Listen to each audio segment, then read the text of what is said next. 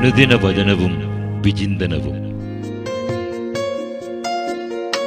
Penuel, face of God.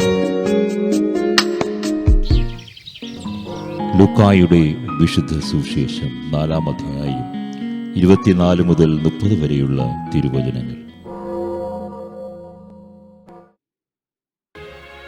എന്നാൽ സത്യമായി ഞാൻ നിങ്ങളോട് പറയുന്നു, ഒരു പ്രവാചകനും സ്വന്തം നാട്ടിൽ സ്വീകരിക്കപ്പെടുന്നില്ല.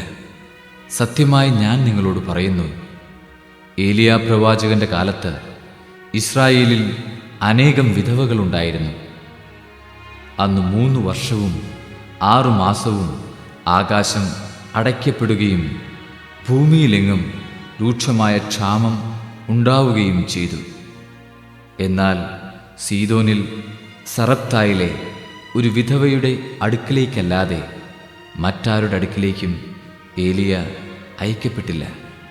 ഏലീശ പ്രവാചകന്റെ കാലത്ത് ഇസ്രായേലിൽ അനേകം കുഷ്ഠരോഗികൾ ഉണ്ടായിരുന്നു. എന്നാൽ അവരിൽ സിറിയാക്കാരനായ നാമാനല്ലാതെ മറ്റാരും സുഖമാക്കപ്പെട്ടില്ല.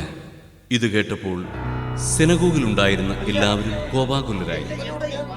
അവർ അവനെ പട്ടണത്തിൽ നിന്ന് പുറത്താക്കുകയും തങ്ങളുടെ പട്ടണം സ്ഥിതി ചെയ്യുന്ന മലയുടെ ശൃംഗത്തിൽ നിന്ന് താഴേക്ക് തള്ളിയിടാനായി കൊണ്ടുപോവുകയും ചെയ്തു.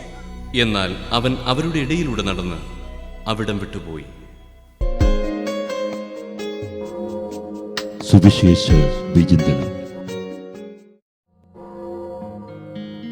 യഹൂദരും സമരിയാക്കാരും തമ്മിൽ യാതൊരു സമ്പർക്കവും പാടില്ലാത്ത സമയത്ത് യേശു നടത്തുന്ന അപേക്ഷയുടെ പിന്നാമ്പുറങ്ങളിലേക്ക് നോക്കുമ്പോൾ സകലരെയും ആകർഷിക്കുന്ന പരിപാലിക്കുന്ന രക്ഷിതാവിനെ കാണാൻ സാധിക്കും. ഗുരുവിൻ്റെ മനസ്സിൽ ശത്രുതയില്ലല്ലോ. ആരെയും അവിടുന്ന് രക്ഷാകര ദൗത്യത്തിൽ നിന്ന് ഒഴിവാക്കുന്നുമില്ല. എനിക്ക് കുടിക്കാൻ തരിക എന്നതിൻ്റെ അർത്ഥം എന്താണ്? ജലം ജീവനാണ്.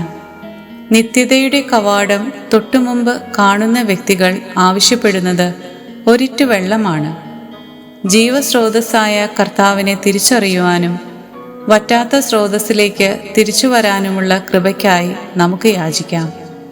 യേശുവിൻ്റെ വക്ഷസ്സിൽ നിന്ന് ഒഴുകി ഇറങ്ങിയ ജലം അന്ധനായ പടയാളിക്ക് കാഴ്ച നൽകിയതുപോലെ നമ്മുടെ ജീവിത കാഴ്ചപ്പാടുകളിലെ അന്ധത നീക്കാൻ നമുക്ക് പ്രാർത്ഥിക്കാം.